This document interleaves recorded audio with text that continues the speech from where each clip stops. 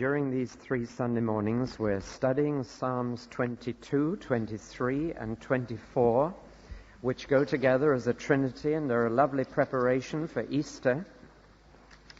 They are also a preparation for those of you who, by God's grace, will be in His land this very Wednesday.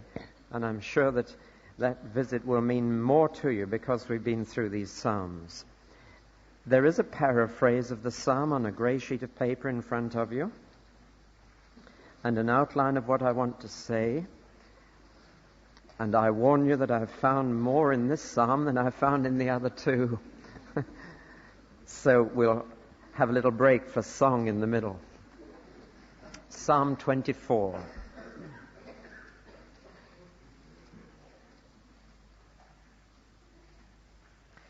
The God of the Jews owns this planet with everything in it and everyone on it, because He built up the land from the bed of the ocean and sent down the water that flows in its rivers.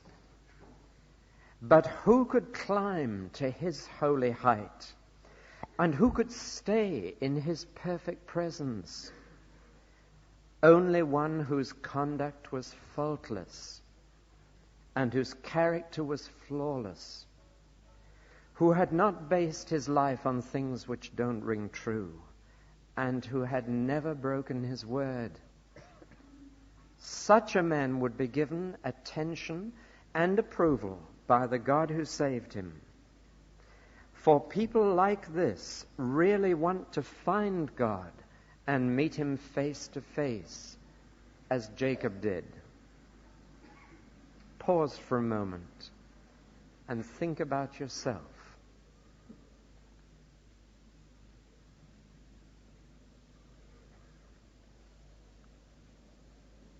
Fling wide the city gates. Open up those old citadel doors.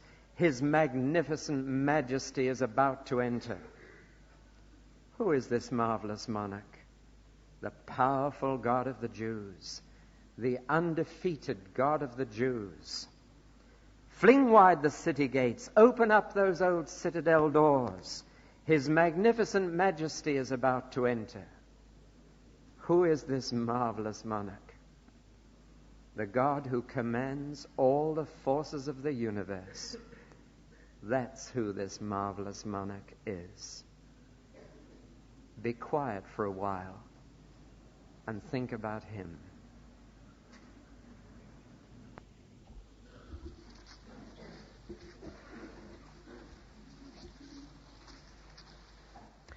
Now, Psalms 22, 23, and 24 are a sandwich in much the same way as 1 Corinthians 12, 13, and 14 are a sandwich.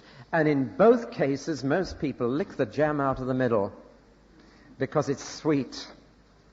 And whereas many people know Psalm 23 and could probably recite it backwards, Psalm 24 is not so well known and certainly not so popular. Its theme is not so sweet. And so we lick the jam out and we leave the 2 pieces of bread on either side.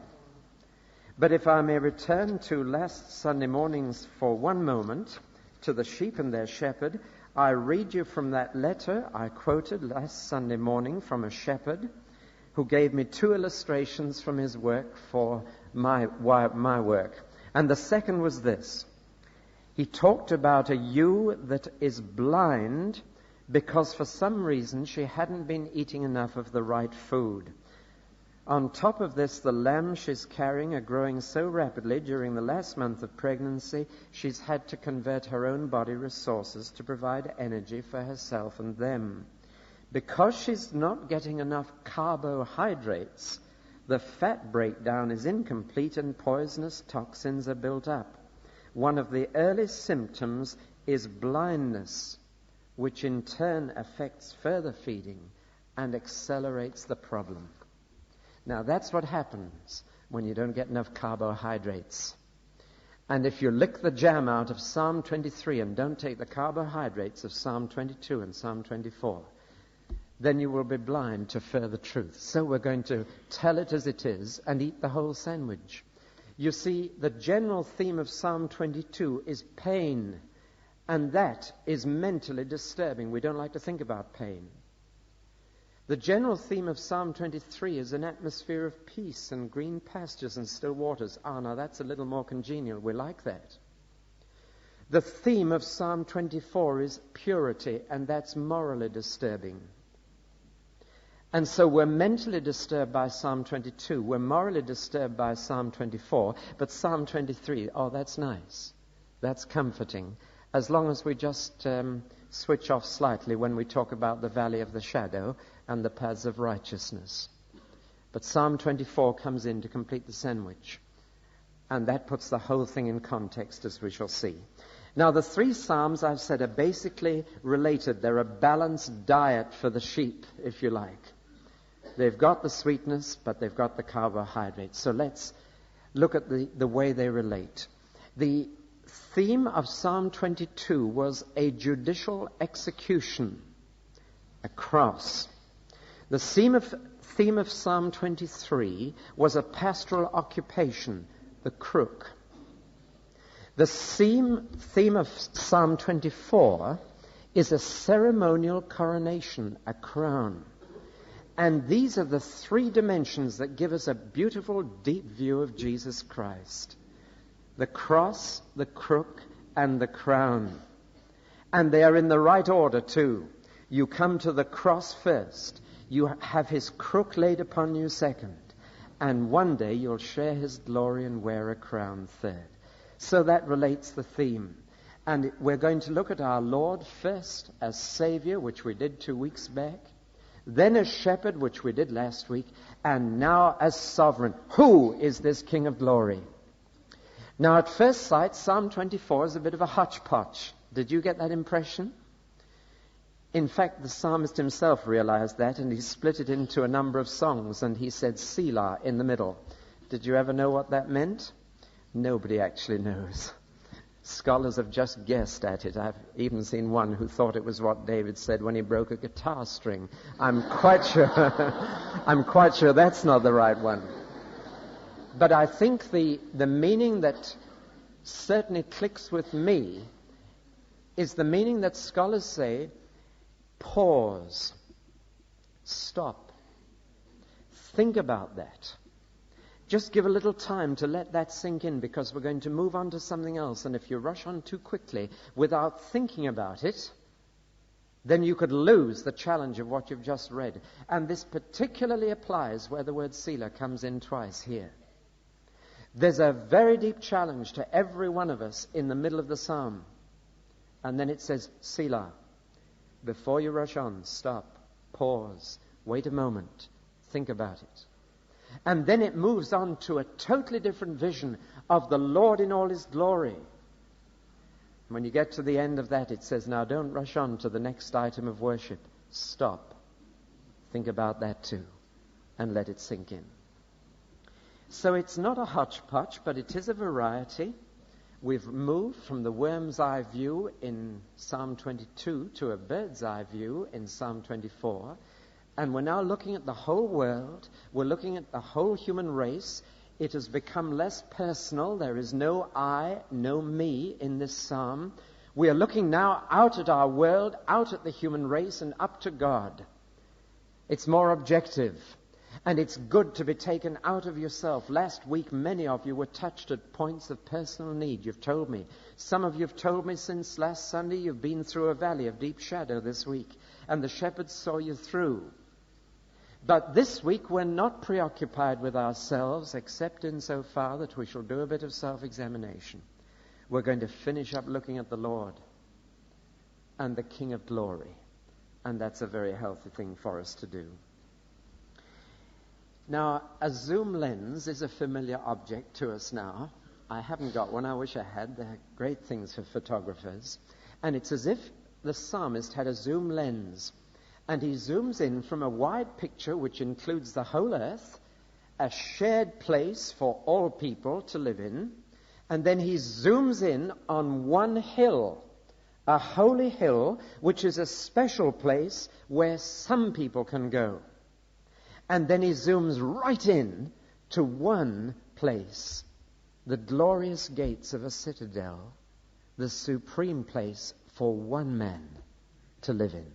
So there's a kind of zooming in, and that gives you the thread between the three parts of the psalm, which otherwise might not hang together in your mind. We're starting with a broad landscape.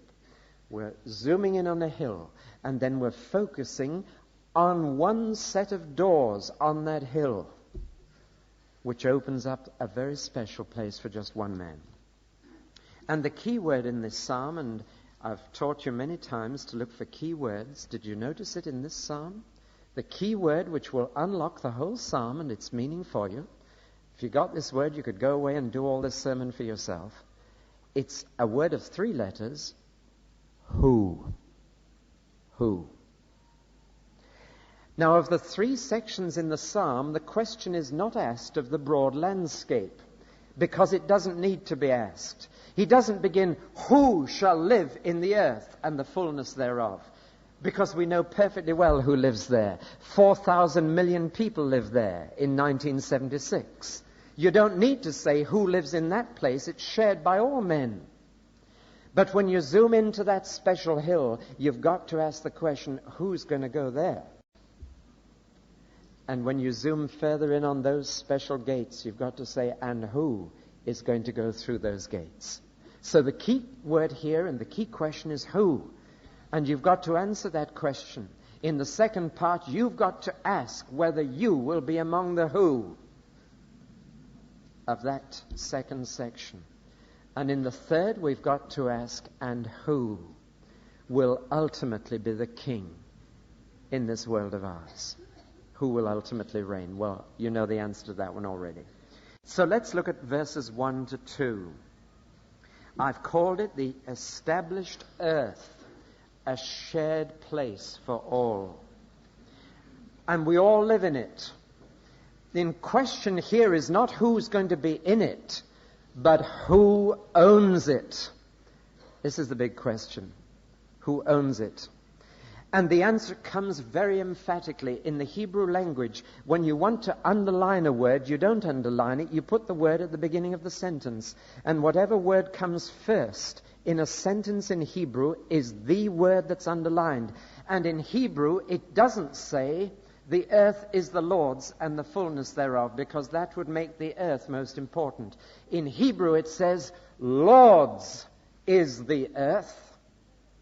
Lord's is the earth. So in my paraphrase, I've reversed it. The God of the Jews owns this planet. He's the owner. But he is not fully the occupier. But he's the owner. Now, the implications of these few words, the earth is the Lord's, are staggering. And when I began to write them down, the sheer implications of those few words, I realized I could preach a whole series of sermons on the implications and still never exhaust them. The first one that hit me hard was the religious implication of those words. We are now in a day when it is assumed that there should be tolerance between all religions and that the religion that fits that culture is best for those people.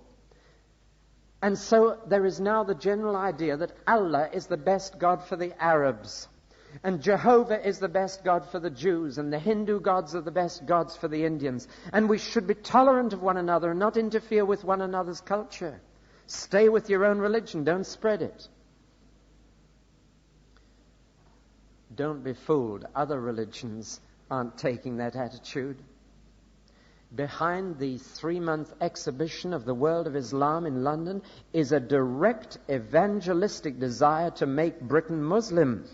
If you read your Times this week, you'd know that. It's not a cultural thing. Behind it is a direct attempt to introduce another religion to British people in this country, and not just to Pakistani immigrants. And the Queen opened it. And the Bishop of Guildford has written a very controversial report saying we should be favorable to Islam. But there's just one simple answer to all that. The earth is the Lord's. God is not English, and he's not middle class, and he's not Western. He's not even Jewish. His son is, because there was a Jewish mother. But God is not even Jewish. The earth is the Lord's. He owns the whole planet, and that's why Christianity is both universal and exclusive. It's got to be taken everywhere, and it can never be mixed with another religion, and it can never be tolerant of another religion. There is only one God, the I Am. In fact, the Hebrew here says, I Am owns this planet. It's all His. And God is no more the exclusive property of the English or the Americans than He is of the Chinese or the African or the South American. Woe betide us if we overlook the implication for religion. David Frost did a very satirical program on television, a takeoff of Which magazine, comparing the various religions and what they offered you and what snags there were and how many blobs you gave it and so on. He was just highlighting that people are shopping around now. They'll try anything. Meditation from the East, yoga from the East, try anything. But the earth is the Lord's, and the God of the Jews is the only God who exists. And therefore, not only is He the only God for us, He's the only God for everybody else. And we have just got to take this message to the whole earth. If it simply said He was the God of the Holy Land, that would be a different matter. Every land is His land already. Every land. England is His land. And fishermen talk with Him by the great North Sea, as the hymn puts it. Every land is His land. The earth is the Lord's, and the fullness thereof. He's not foreign anywhere. But there are other implications as well. The political one comes next. Think of the political implications of the first sentence, the earth is the Lord's. As I looked at my daily newspapers this week, every place where there was serious trouble was over one question only: who the land belonged to. Northern Ireland, Lebanon, Angola, Rhodesia, you name it. Wherever there is trouble, it's because one group is saying it's ours, it's mine. And another group is saying it isn't, we got here first. It's the atheist and agnostic who think that the earth is up for grabs. But it isn't. It already belongs to someone. There is no such thing as freehold. Even if your solicitor tells you you've got freehold, you haven't. The Lord could take it from you tonight. You fool, tonight your soul will be required of you and you'll leave it behind. Freehold? You've only got it leasehold. You're not the landlord, you're the tenant. Nobody owns this world. The earth is the Lord's. And there was a time in Britain when this influenced our political outlook and decisions. That time has long since gone, alas. In 1851, they opened the Great Exhibition in London. It was an exhibition of what we were able to produce and what we'd done, an exhibition of our culture. Now it's the Islamic culture that's exhibited in London, but then it was British. We had something we could exhibit. And you know what the motto for that exhibition was? There it was on the note paper and above the exhibition. The earth is the Lord's, and the fullness thereof. When they built the Royal Exchange in the city of London, where men scurry with their bowler hats and rolled up umbrellas and briefcases to exchange thousands of pounds, there it is written on the Royal Exchange. How many of them look up and read it before they go to the office each day? The earth is the Lord's. And whatever part of it you handle this morning, it's His you're handling, not yours. Whether it be shares, whether it be property, whatever it be, the earth is the Lord's. The political implications, if only you could get the warring factions in Lebanon and Northern Ireland just to sit down and agree on one thing, that Lebanon is the Lord's, that the Northern Ireland is the Lord's, and start there, and then ask Him how much of it He wants them each to have. Can you imagine the transformation there would be on the world scene if we could do that? If Jew and Arab could sit down and just say it's the Lord's, which part does He want us to have? Because I'm sure the Lord wants the Arabs to have a home as well as the Jews. And in Acts 17, Paul in Athens said, God has allotted the boundaries of habitations of the nations. God has planned it all out. He's drawn the atlas up. It's because we don't listen to Him and we grab. We forget that it's His to begin with. In the long run, all the land we'll get will be what God allows us. And if we try to get more than He allows us, we'll finish up with less than we started with. It's not just Hitler that learned that. Britain has learned that too. The earth is the Lord's. And then 2 little codicils are added. First, everything it produces and all its people. Now, again, think of the implications of that. This earth, says the psalm, is fullness. It's full. And if you've ever seen pictures of the moon or of Mars, have you noticed how empty it is? This is the only planet in the entire universe, as far as we know, that can support life, because it's full. It's teeming with minerals, vegetables, animals. It's full.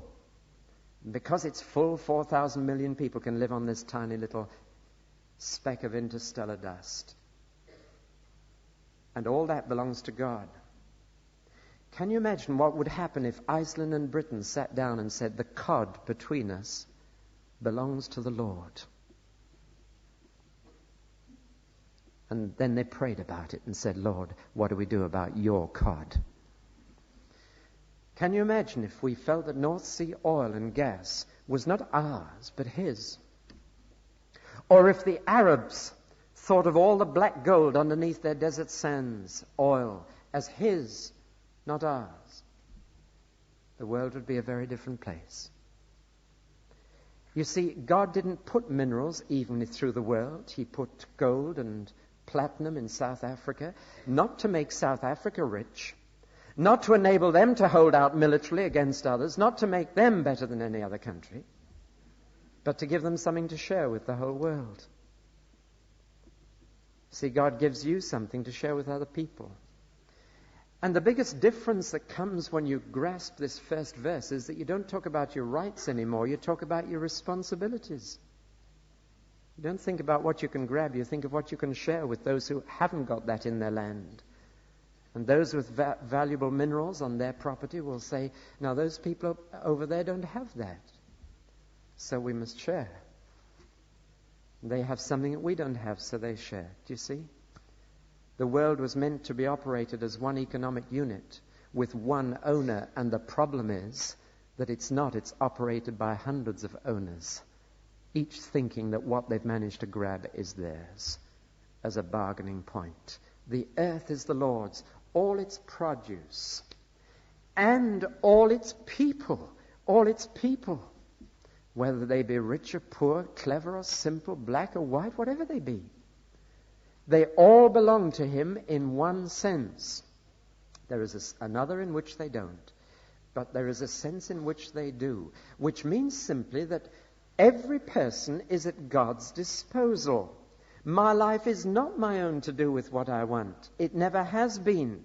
If I do that, I will pay the bill. My life belongs to him.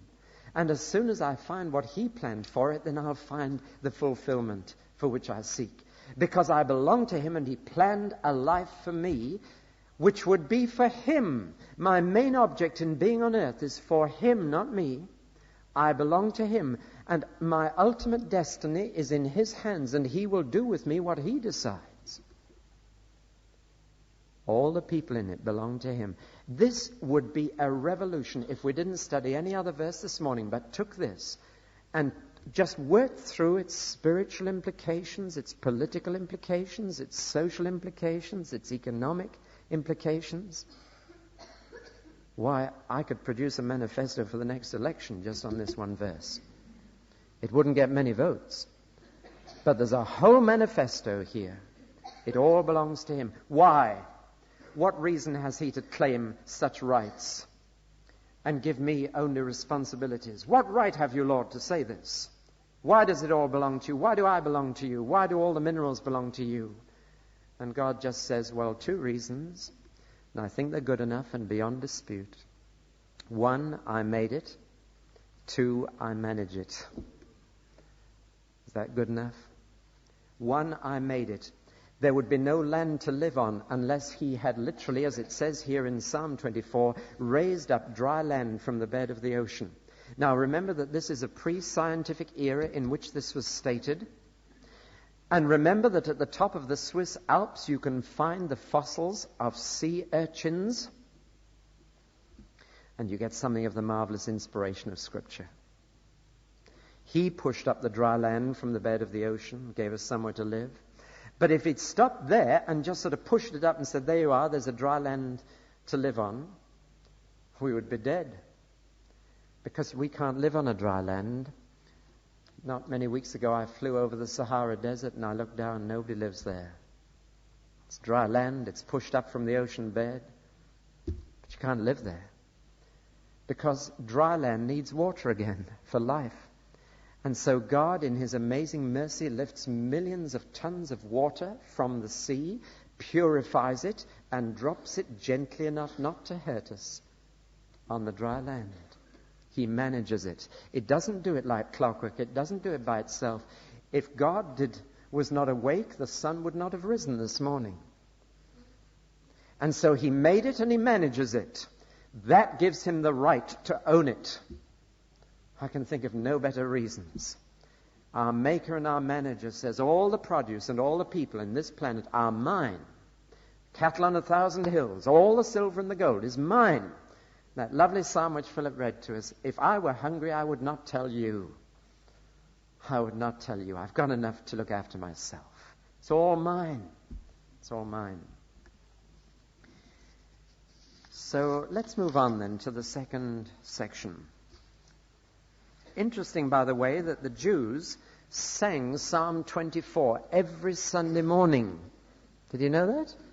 The Jews have a psalm which they sing every morning. It's a different one each morning. And on Sunday morning, they always sing Psalm 24. But remember that for Jews, that's not the day of worship. It is the first day of work in the week.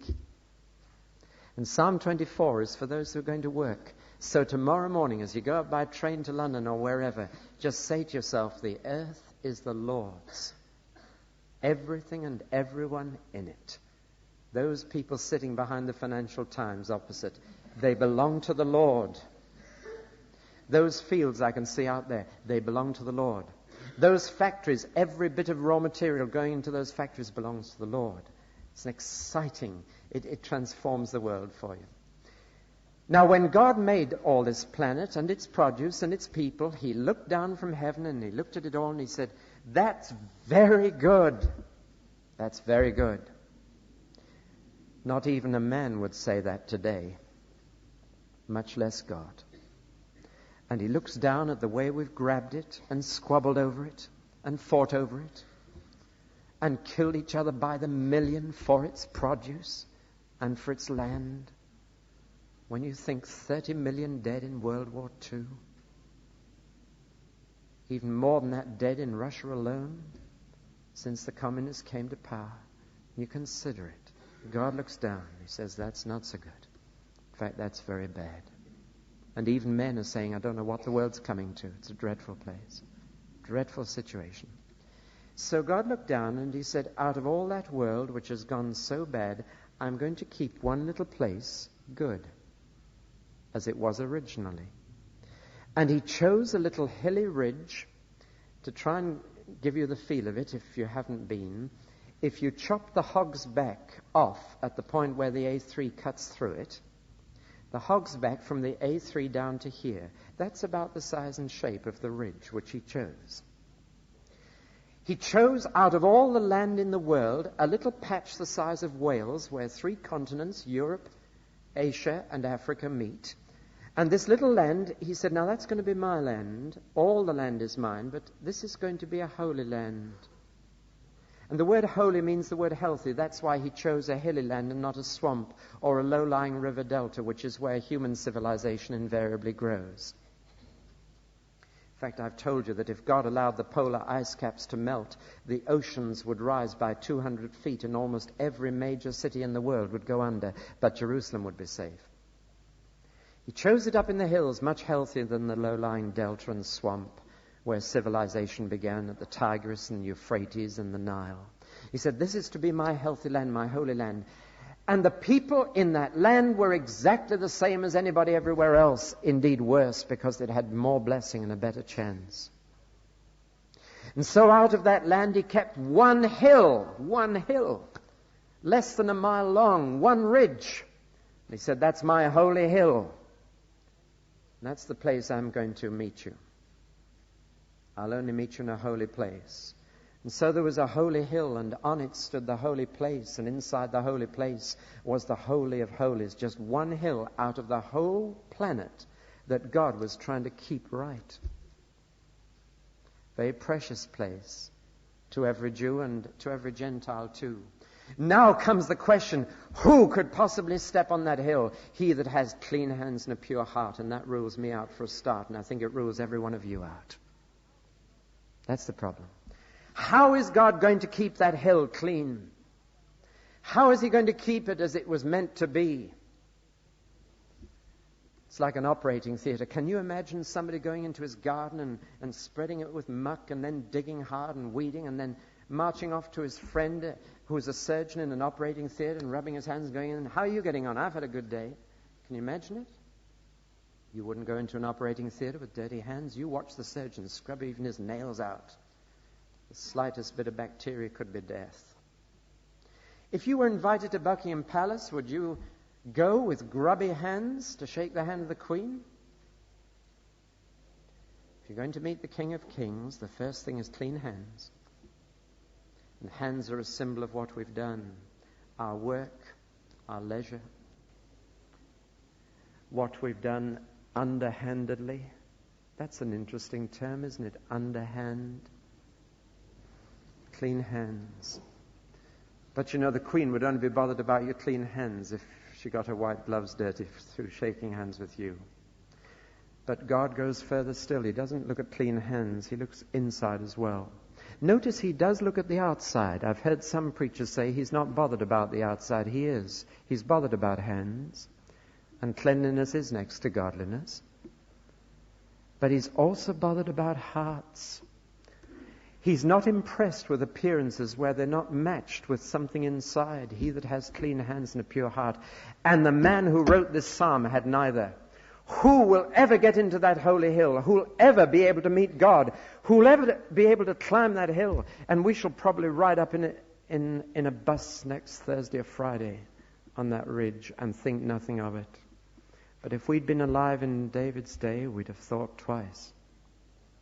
We'd have been frightened stiff about going on that hill. You'd be safer walking into an asbestos factory full of dust than going into the presence of a holy God as a sinner. Who can ascend that hill? Who can scale those heights? And if you manage to reach them, and it's uphill work to make yourself good, even if you managed it, who could stay there? Who could stand in his presence? Who could climb that high anyway? But even if you could you keep it up? Could you keep it up? Could you stand there? Never. Never. Purity in heart is here defined in terms of two more things. One, those who have not based their life on things that don't ring true. In Authorized Version, he has not lifted up his soul to vanity. The word soul means life. It doesn't mean the spiritual side of us. It means life. And the word vanity means hollow. Hollow. And this means somebody who hasn't based his life on such hollow things that he's become an unreal person. One of the plastic people of today, who's based their life on such toys, such baubles, such idols, that ultimately he finishes up a hollow, unreal person. A person who's only on the outside. Do you know what I mean? A person whose heart isn't in what he says or what he does. A person who's doing it for the sake of appearance, for the sake of the neighbors. He who has not lifted up his soul to vanity, based his life on things that don't ring true. Because what you build on, you build in. And if you build your life on hollow things, you become a hollow person. If you live in a plastic world, you become a plastic person. And the other definition of pure in heart given here is a man of his word. A man whose word is as good as his bond, who if he makes a promise, keeps it. Because God is a God of truth. To be pure in heart is to say what you mean and let your yes be yes and your no be no. Now who? There's the question, who? There isn't a single soul in this building this morning who could walk up that hill in the days of King David. By a special concession, only one man once per year was allowed in, and it wasn't King David. And it was only a concession. He had no right to be there. Oh, who'll do it? Who? The admission is pretty high. But if you could do it, if you could be holy as he was holy, if you could be perfect as he was perfect, then you would receive God's approval, which would mean two things. He would succor you and he would support you. He would succor you by blessing your family, your work, your relationships, everything. You would receive blessing from God. And more than that, he would vindicate you, because we're in a world where people attack you, where they criticize, libel, slander, try to attack you. And he would protect you and prove you to be in the right. If you could only reach that height, he would defend you against anyone. That's what it says here. The Lord would save us from our critics. He would do all that for us, and that's why we need to go find him, because we need succor. There are situations which need his blessing, which are beyond us. Life is too much to cope with. There are situations in which we need his support when we feel that others are against us and we need somebody to stand for us. And he will do both, provided we've got clean hands and a pure heart. There's the dilemma.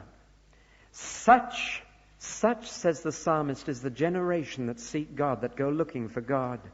This is the real generation gap, you know. There are only two generations. The generations that seek God and the generation that doesn't. And the biggest gap is between those two generations. And they're not age gaps.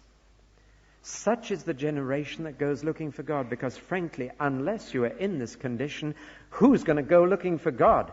You would keep right away from a holy hill, if you could. You need his succor, you need his support, and you maybe ask him for that, but you wouldn't seek him. You wouldn't seek him. You would seek his blessing, and you would say, and unbelievers say, well, God bless. Comedians say it at the end of their act. Good night and God bless you. Everybody says that. They want the blessing, but such is the generation of those who seek God, because until you're fit for God's company, the last person you want to spend time with is God. It's too uncomfortable. It's too disturbing. That's what Jacob did. He met God face to face, and that's why he's mentioned here. He had an immediate encounter with the Holy God, and do you know what happened? He limped for the rest of his life. He was lamed. His leg was pulled out of joint as he struggled and wrestled with God, and for the rest of his life you could always tell Jacob limping along. He limped away from that encounter. He came off worst. And those who want to seek God know that they will wrestle and that God will have to defeat them and break them in. So the only generation that seeks God are those who really want to climb that hill and want to be fit for his company. The rest don't bother. We may well ask the question then, who? Do you know my answer? If I were living in David's day, my answer would be very simply, nobody. Nobody. That's why the Old Testament is not the gospel. That's why the Old Testament is not good news. If the Old Testament tells me I've got to have clean hands, which means my conduct has got to be faultless, and if the Old Testament tells me I've got to have a pure heart, that my character must be flawless, before I can dare to climb that hill, much less stand in his presence, before I can have his blessing, before he can vindicate me, before I can see him face to face and have a personal relationship with him. If that is so, that is bad news, because nobody can climb that hill, not one single soul. But you know, this is where the New Testament comes in. It reverses the Old Testament. And the New Testament would read Psalm 24 in this order, verse 6, 5, 4, 3. And when you read it in that order, listen, it says, those who seek the Lord will be saved by him, vindicated, justified, blessed, and given clean hands and a pure heart. And that's good news. It's just put it the other way around. And that's why preaching the Old Testament alone is bad news. For the Old Testament says, when you're good enough, you can go up to God. The New Testament says God came down to you and accepted you as you are. And is going to lift you there. Not because he's lowered his standards, but because he's going to lift you to them. That's grace. Law came by Moses, and law bangs you down. Law says, don't you dare come near God like that. Law says, get away until you're holy. But grace and truth came through Jesus Christ, and grace says, come. And sinners start climbing that hill. And do you know that was the very hill on which Abraham offered up Isaac and nearly killed Isaac? It was the very hill where that happened. And Abraham, when he was about to kill his own son, God said, stop. The angel held his hand, and when he turned round, he saw a sheep with its head in thorns. And he offered the sheep up instead. And you know, centuries later, 2,000 years later, on the same hill, the Lamb of God, with his head caught in a ring of thorns, was offered up. And God had provided. Jehovah Jireh. And that's the holy hill referred to here. And sinners now climb it, not to offer themselves or their sons, but they climb it to see God offer his Son. It's the same hill. They climb it not to go to the Holy of Holies. They climb it to go to the cross. And they start as they are. And then God begins to lift them. I move on quickly to the third and last section of the psalm, verses 7 to 10. The holy hill is a special place for some. In the Old Testament, none. But in the New Testament, all who will come. Now let's look at the supreme place for one man. There's a change of tone. We should almost have paused there perhaps and had a few moments silence. But will you do that at home? We now look at the glorious gates that are going to open for one person. You almost have to shout these verses, certainly sing them as the choir is going to do in a moment. Fling wide the gates. There's a change from the serious to the joyful, from what could be disturbing and depressing to something that's terribly exciting and stimulating. First of all, our invitation, it's a call to the people to open up. You know, when Her Majesty Queen Elizabeth II ever goes to the City of London, she has to stop at the Temple Bar. Did you know this? And at the Temple Bar, someone shouts out, "Who is there?" And the reply is given, "The Queen of England." She's allowed to pass the Temple Bar. I've sometimes wondered if that goes back to Psalm 24. Because, you know, so much of our national heritage is based on the book of Psalms. The lion and the unicorn of the royal arms come from Psalm 22. The authorized version, instead of lion and bull, had lion and unicorn, and that was included in our royal coat of arms. Another psalm, Psalm 45, gave us our national anthem, "God Save Our Gracious Queen." And I wonder if this goes back to Psalm 24. Who's there? Who's outside waiting to come in? It's the King. Open up. Now, there are two things described to be open, I believe. I don't think it's just parallelism referring to the same entrance. I believe the gates belong to the city and the doors belong to the citadel within the city. And old gates had to be lifted up. Indeed, many large doors had to be. They were counterbalanced, they were in grooves, and they were pulled up with ropes like a portcullis for defense. They weren't easily opened, and they were only openable from the inside. Fling wide the city gates. Open up. Be lifted up. Be lifted up, O gates. And it would be the people inside who'd have to lift them up. But the citadel doors have to be opened up from the outside. And I get a strong impression as I read these verses. I can see very clearly an ancient city with a very thick, stout wall and a gate in it that had to be hauled up with ropes. And right in the heart of the city, an empty palace. And a prince has been away for years at the wars. And now he's on his way back victorious. He's won the wars in distant lands and he's coming back. And the shout goes up, "The king is coming. Up with the gate. Open up those ancient doors." That word ancient gave me that impression. Why ancient there? As if they hadn't been used in a long time, as if the palace had been lying empty and the king had been away, and now he's coming back victorious. That's the impression I get distinctly. I think that fits. But if we then ask the fundamental question, who is this king? We can answer it by asking, when did this come true? And here, I've got 1, 2, 3, 4, 5, 6, 7 answers. And you pays your money and takes your choice, and I don't mind which you take of these 7. I know which I take, and I'll probably hint at that, but I'll leave you to take whichever you want. Who is this King of glory? The Lord. Now, the word Lord in the Old Testament in capital letters means Jehovah, Yahweh, I am. It's a name. If we take it solely to mean God, Jehovah, the God of the Jews, then there are 2 possible occasions, one of which to my mind is just nonsense.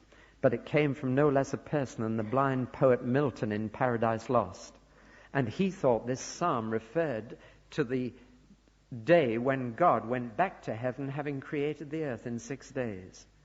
And if you read Milton's Paradise Lost, it's there imagined that the angels shout, "Fling wide the gates. God's been so busy on earth, making earth, now he's coming back to heaven."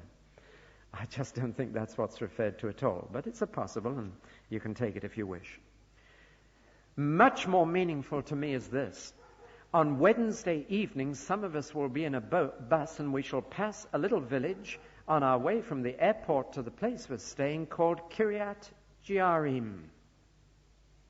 And it is the place where the Ark of the Covenant rested when David had defeated the Philistines, rescued the Ark of the Covenant, which was the symbol of God's presence, and was bringing it back to Jerusalem. And a man called Uzzah dared to touch this holy thing and died of a heart attack immediately. And everybody was a bit scared, so they decided to leave the ark at Kiryat Jearim for a bit. And then, a short while later, they brought it in triumph to Jerusalem. It was as if God was coming, having defeated the Philistines, having been mighty in battle, having been undefeated, having enabled David to come through victorious. Now the ark, the presence of God, is being brought back into Jerusalem. Fling wide the gates. Open up the doors of the holy place inside. The Lord of hosts coming in. And David was just so excited that day that he just danced before the Lord. His wife didn't approve of dancing in religion, but I'm sure the Lord did. And they brought the ark in with tremendous joy. And I think that would be the original setting of this psalm, would you not? Open up. And David, coming with the ark towards the holy hill, has 2 feelings. One is a feeling of hesitation. I don't have clean hands or a pure heart. I shouldn't be climbing that hill. And yet then there is the triumph. Oh, but the king can go in. So open up the gates. We'll bring the ark in. I think that's when it was written. But I'm not going to limit the meaning of this phrase there, the answer to the question, who can be broadened? If it isn't Jehovah alone, who else could it be? Well, there's one other. And his name is Jesus. For Jesus of Nazareth is Jehovah Sabaoth, the Lord of hosts. The titles that are given to Jehovah in the Old Testament are given to Jesus in the New Testament. That's why we call him the Lord. And when you look at Jesus' life, there are 5 possible occasions when this psalm is appropriate. There is first the occasion on Palm Sunday when he rode into Jerusalem, down from the Mount of Olives, up the other side of the Kidron Valley, in at the Golden Gate, the eastern gate to the temple area, and came right in triumphant. Who is this? It's Jesus of Nazareth, but it was the King of Glory. That's one possible.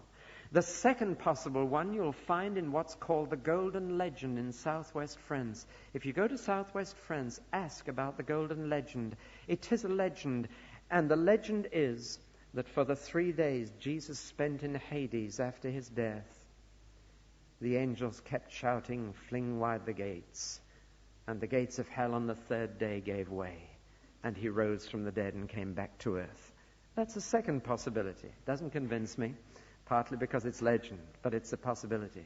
The third possibility, and the one which the Christian church has made most of, is that this refers to the ascension.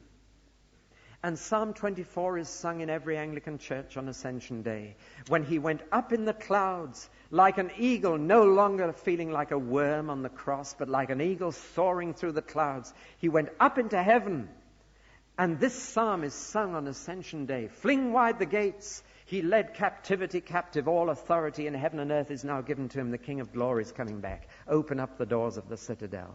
Well, it's appropriate then. But I still don't think we've exhausted it. Fourthly, what about the day when he comes back? To this very hill. What about the day when his feet stand on the Mount of Olives again? The king has been absent. And he's been absent because he's been by the right hand of God until all his enemies are under his feet, even death. And when all his enemies are under his feet, he's coming back. And he will come back across the Kidron Valley. And he will come back, it says, he will suddenly return to his temple. And here is the most striking thing you know. Of all the gates in the city walls of Jerusalem, there is one that is bricked up. Just one. You can walk through every one of the others, and we shall do, but one is bricked up. And it's that golden gate, the east gate of the temple. And it's bricked up. Nobody really quite knows why. There are some explanations, but I'll give you the best one. Ezekiel said this 500 years or more before. Then he brought me back, in vision that is, to the outer gate of the temple which faces east, and it was shut. And he said to me, this gate shall remain shut. It shall not be opened, and no one shall enter by it. For the Lord, the God of Israel, has entered by it. Therefore it shall remain shut. Only the prince may come into it.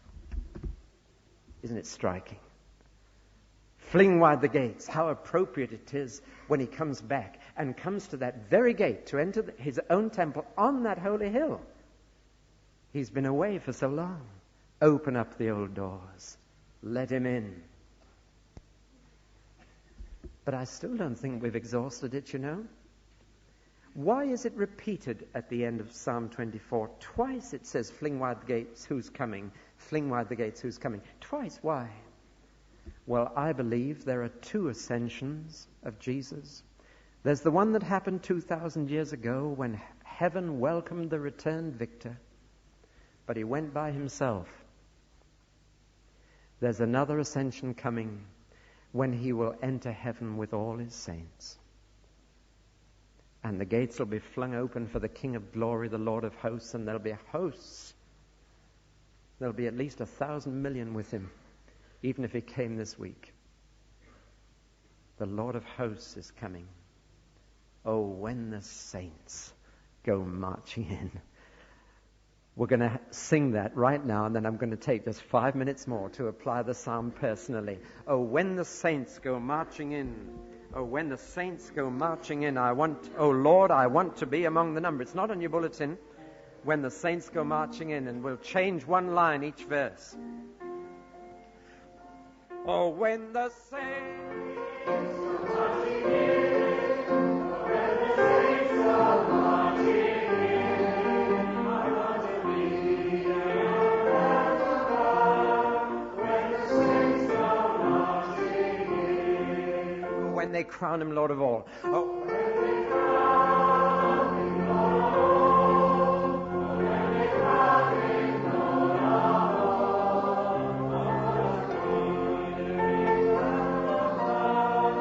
when they crown him Lord of all. Oh, when all knees bow at his name.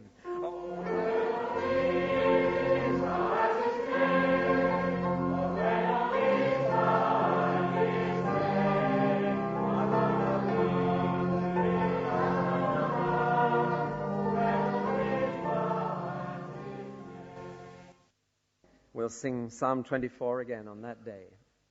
Now just less than 5 more minutes, just to share with you 3 personal challenges from this psalm. It's been an impersonal psalm, looking at the universe, looking at mankind, looking at the world we live in. Now I want to look at you and to look at myself. And I want to look at the 3 points at 3 personal levels and give you a paradox, an apparent contradiction at each level. I want to challenge you at the material level. I want to challenge you at the moral level. And I want to challenge you at the mystical level.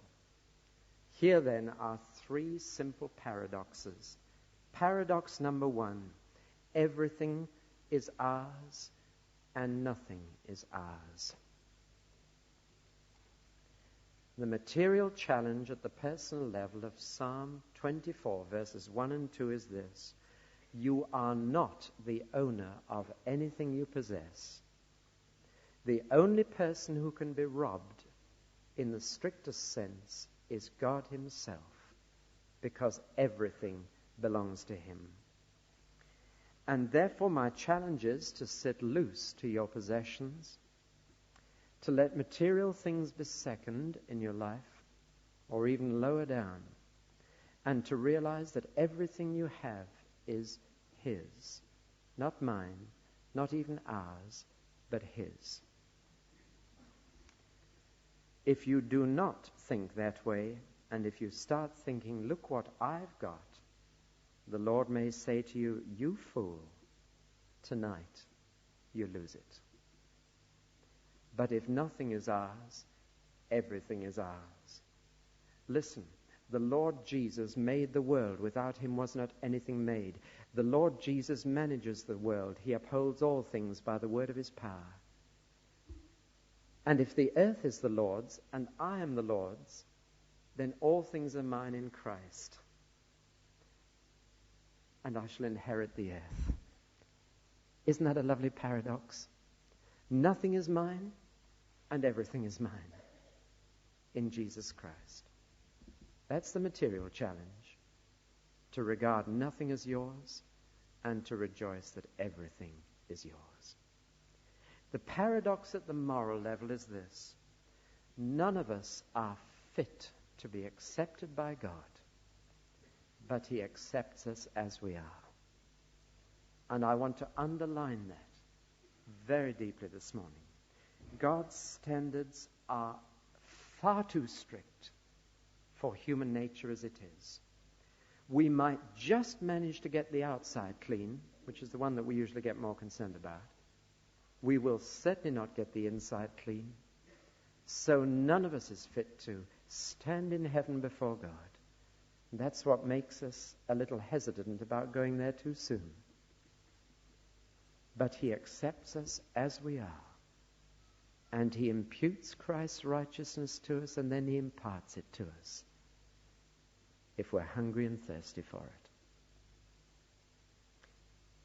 So that when we get to heaven, we shall be holy, we shall be like him, for we shall see him as he is. After all, if I went to heaven as I am, I would spoil it for everybody else, most of all for God. Yet he's willing to accept me and start there. And the third paradox at the mystical level. This Lord is almighty. He's never been defeated in battle. He has overcome strongholds. He can batter his way into any city. Yet he waits for the gates to be opened from the inside. That's the mystical level at which I would challenge you. Revelation 3:20 must be the best known text in the New Testament. It's the picture of a king knocking at a door. And Holman Hunt, who painted the famous picture, The Light of the World, in a Ewell farmyard, it's a barn door in Ewell in Surrey, he showed a weed-covered door with the ivy having grown over it, showing that it was an old door, an ancient door that hadn't been opened in a long time. And he was saying the heart, the citadel in the heart of your life has been closed for a long time. Open it up. And even though this is the Lord who commands all the forces of the universe, who's strong and mighty in battle, the Lord of hosts, he still waits for the man inside to open up. Incredible. But as soon as I open the door of my heart, he flings wide the gates of heaven. These are the three challenges to you. At the material level, nothing is yours. But in the Lord, everything is yours. At the moral level, you're not fit to be here this morning, neither am I. But in the Lord, we're accepted as we are. At the mystical level, God could force his way into my life as easily as that. But he waits until I fling wide the gates. And if you haven't flung wide those gates before the gates of Hades close on you, the gates of heaven remain barred from the inside to you forever. Fling wide the gates. Open up those ancient doors and let the King of Glory in. Come and sing for us, choir.